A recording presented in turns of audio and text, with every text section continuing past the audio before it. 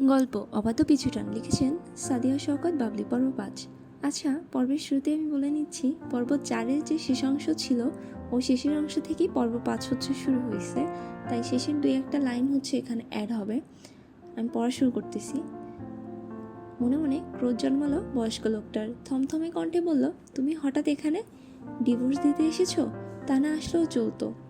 পৃথার সাথে তোমার বিয়ে হওয়ার সময় ওর বয়স কম ছিল, তাই রেজিস্ট্রি হয়নি। আইনি ডিভোর্সের ঝামেলা নেই এখানে, তবে মুখে তালাক দেওয়ার একটা বিষয় আছে যেহেতু তোমাদের বিয়েটা হয়েছিল। তবে তা সামনে না এসে দূর থেকে দিলেই ভালো হতো। থামলেন পলাশ শিকদার, আবার বললেন, পৃথা এই বিয়ে সম্পর্কে কিছুই জানে না। ওর বয়স তখন ছিল মাত্র 10। বিয়ে, সংসার, স্বামী কোনোটাই ওর জ্ঞানে ছিল না তেমন। পরবর্তীতে তুমিও ওকে ছেড়ে দিলে। আমরা চাইনি আমাদের ভুলের জন্য ছোট্ট মেয়েটার জীবনটা নষ্ট হয়ে যাক, তাই ওই বিয়েটা সর্বদা ওর সম্মুখে আমরা পুতুল বিয়ে বলেই উপস্থাপন করেছি। সুতরাং এখন যদি তুমি ওর সম্মুখে এসে ওকে তালাক দিতে চাও, বিষয়টা হিতে বিপরীত হতে পারে। ওর মনে বিভিন্ন প্রশ্ন জাগতে পারে। আশা করি তুমি বুঝতে পারছো আমার কথা, তাই তালাকটা দূর থেকে দিলে ভালো হয়। পলাশ শিকদার গড়গড় করে বললেন কথাগুলো। হঠাৎ এতদিন পর দুর্যোগের সম্মুখে দেখে বেশ চিন্তিত হয়ে পড়েছিল পৌর লোকটা। পৃথা অল্প বয়সে তাদের ভুলের কারণে যে মেয়েটার জীবনে কত বড় দুর্ঘটনা ঘটে গেছে তা মেয়েটাকে জানতে দিতে একদম ইচ্ছুক নন পলাশ শিকদার। সে কোনোভাবেই চান না মেয়ের জীবনে আর কোনো দুর্যোগ নেমে আসুক, মন ভাঙুক, তাদের ভুল বুঝুক। বড় আদরের মেয়ে যে তার, তাই তো এলাকা ছাড়লো এতগুলো দিন ধরে মেয়ের থেকে এত বড় সত্যিটা লুকিয়ে রেখেছে। আর আজ কিনা সেই সত্যিটা হেঁটে এসে দাঁড়িয়েছে তার দ্বারে। ছেলেটা প্রতি ভীষণ ক্রোধেও জন্মাচ্ছে, আবার মেয়ের জন্য চিন্তাও হচ্ছে। মেয়েটা কোনোভাবে যদি কখনো জীবনে এত বড় সত্যের মুখোমুখি হয়ে পড়ে, তবে কি প্রতিক্রিয়া হবে ভেবে পাচ্ছে না পলাশ শিকদার। তার উপর যদি জানতে পারে বিয়ের দিনই বিয়ের আসরে তার স্বামী তাকে ত্যাগ করেছিল, তখন কি করবে? পলাশ শিকদার ঠিক জানেন তার মেয়েটার উপরে ভীষণ চঞ্চল, চটপটে হলেও ভিতর একদম নাজুক, ভীষণ আবেগী। নিজের জীবনের এত বড় সত্যি জানলে হয়তো মেয়েটা আরও নাজুক হয়ে পড়বে। না, তিনি বেঁচে থাকতে তার মেয়ের উপর এত বড় ঝড়ঝাপটা আসতে দেবেন না। এমনি তাদের ভুলে অল্প বয়সে মেয়েটার অনেক ভোগান্তি পোহাতে হয়েছে। তুর্য শুনল পলাশ শিকদারের বলা কথাগুলো, বিস্ময়ে জল ঝুলে গেল তার।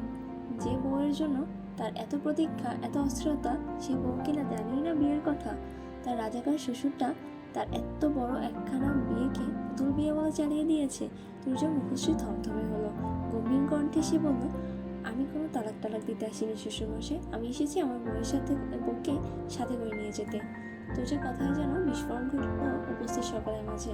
এতদিন পর ছেলেটা এসে এমন কিছু বলবে কল্পনাও করেনি কেউ।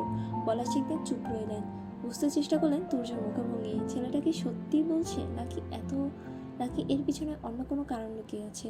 পলাশ শিকদার চুপ রইলেন। চুপ থাকতে পারল না তার দুজন ছেলে, পিয়াস আর পিয়াল। এই ছেলেটা যে তুর্য, সে বাক্যকরণে পৌঁছাতে তাদের মেজাজ পারদ হৈ করে তুঙ্গে পৌঁছে গিয়েছিল। শুধুমাত্র বাবার নরম কণ্ঠের সম্মুখে থেমে রয়েছিল এতক্ষণ, কিন্তু এখন আর ধৈর্য কুলালো না। তার ছোট্ট বোনটার জীবনের সাথে এত বড় একটা খেলা খেলে এখন আবার এসেছে তার বোনকে নিতে। গর্জে উঠল পিয়াস, অত্যন্ত ক্রোধের সাথে বলল, ঠাট্টা করছিস? এতদিন পর এসে তোর সাথে আমাদের সম্পর্কটা হাসি ঠাট্টার হলো, এখন আর তা নেই। তুই যেদিন আমার বোনকে বিয়ের আসরে ফেলে চলে গিয়েছিলি, সেই দিনই সে সম্পর্কে ইতি ঘটেছে। তুর্য তাকালো পিয়াসের পানে, দৃঢ়কণ্ঠে বলল, আমি মোটেও ঠাট্টা করছি না, আমি আমার বউকে নিতে এসেছি আর নিয়েই যাব। হুঙ্কার তুলল পিয়াল। তুর্যের পানে তেড়ে গিয়ে বলল, কার বউ? কিসের বউ? এক্ষুনি বেরিয়ে যা তুই আমাদের বাড়ি থেকে। আগে জানলে তোকে বাড়িতেই ঢুকতে দিতাম না আমি। কেউ স্বীকার করুক বা না করুক, আজ থেকে 7 বছর আগে পিতার সাথে আমার বিয়ে হয়েছিল। সেই অনুপাতে সে এখনো আমার বউ, আর আমার বউকে না নিয়ে আমি কোথাও যাচ্ছি না।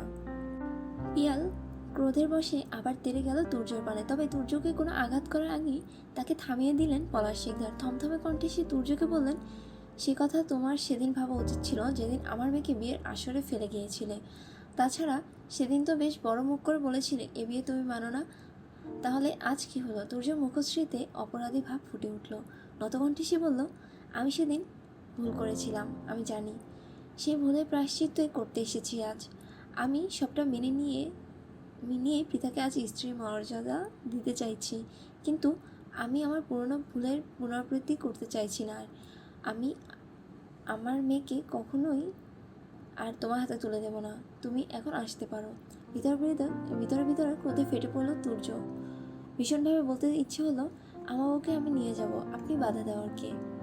তবে মুখে কিছুই বলল না ছেলেটা। হাজার হলো এটা তার শ্বশুরমশাই। তার উপর আজ প্রথম দিন শ্বশুরবাড়ি এবং শ্বশুর মুখোমুখি হয়েছে সে। এদের সম্মুখে নিজের ক্রোধ প্রকাশ করে আর খারাপ হতে চাইল না। এমনি বিগত দিনে কম ভুল সে করেনি। ওষ্ঠ টেনে জোরপূর্বক হাসল তুর্য। চোখে মুখে নিরীহভাব ফুটিয়ে তুলে বলল, দয়া করে আমার সাথে এমন রাজাকারদের মতো ব্যবহার করবেন না শ্বশুরমশাই। আমি আমার ছোটোখাটো মুরগির বাচ্চার মতো বউটাকে ছাড়া একদম ভালো নেই। আমার বউটাকে দয়া করে আমাকে দিয়ে দিন, আমি চলে যাই। পলাশ শিকদার হতভম্ব হলেন। এই ছেলে নির্লজ্জের মতো এসব কি বলছে? ছোটবেলা থেকে যতদূর ছেলেটাকে তিনি দেখেছিলেন তাতে জানতেন তুর্য রকচটা গম্ভীর জেদি ছিলেন। এখন তো দেখা যাচ্ছে এ ছেলে নির্লজ্জ ভীষণ। ভাগ্যিস সেদিন তুর্য বিয়ের আসর ছেড়ে চলে গিয়েছিল আর বিয়ে মানবে না বলেছিল, নয়তো এই নির্লজ্জটা আজ মেয়ের জামাই হিসেবে তার গলায় বিঁধে থাকতো। অবশ্য না বিধে বাকি রয়েছে কোথায়? এখনো যেহেতু তালাক হয়নি, তার মানে এই নির্লজ্জটা এখনো তার মেয়ের জামাই। ফুস করে একটা নিঃশ্বাস ছাড়লেন পলাশ শিকদার। থমথমে কণ্ঠে বললেন, বেয়াদব! একদম ঠিক বলেছেন শ্বশুরমশাই। আমার মুরগির বাচ্চার মতো বউটাকে ছাড়া আমি দিন দিন বেয়াদবে পরিণত হচ্ছি। আমার ভিতর একটু আদব ফিরিয়ে আনতে হলেও আমার বউটাকে আমায় ফিরিয়ে দিন আপনি। একটু দয়া করুন আমার উপর। পলাশ শিকদার হয়তো বলতে চাইলেন কিছু একটা, কিন্তু তার আগেই পিয়াস মুখ খুলল। বাবার পানে তাকিয়ে বলল, এটাকে এখনো সহ্য করছো কেন বাবা? এটাকে তাড়াতাড়ি বের করে দাও বাড়ি থেকে। পৃথা একবার এই সম্পর্কে কিছু জানতে পারলে কি হবে ভেবে দেখেছ? পিয়াসের কথায় দাঁতে দাঁত চাপলো তুর্য। বিড়বিড়ে বলল, আগে তো ভেবেছিলাম শুধুমাত্র রাজাকার শ্বশুরমশাই আমার মুরগির বাচ্চার মতো বউটাকে আটকে রেখেছে। এখন তো দেখছি রাজাকারের সাথে দুটো আলবদর আল শামসু যুক্ত আছে। আরুষ পাশেই ছিল, তাই তুর্য বিড়বিড়িয়ে কথাগুলো বলল। সে বেশ ভালোভাবেই শুনেছে সবটা। ছেলেটা একটু ঝুঁকে গেল তুর্যর পানে, ফিসফিসিয়ে বলল, এখন শুধু মোহাম্মদ আলী জিন্না, ইয়াহিয়া খান আর ভুট্টোই বাকি আছে স্যার। তারা চলে আসলেই 16 কলা পূর্ণ। আরুষের কথা শেষ হতে না হতেই তার পানে রক্তচক্ষু নিয়ে তাকালো তুর্য। কটমট করে বলল, চুপ থাকা আহাম্মক!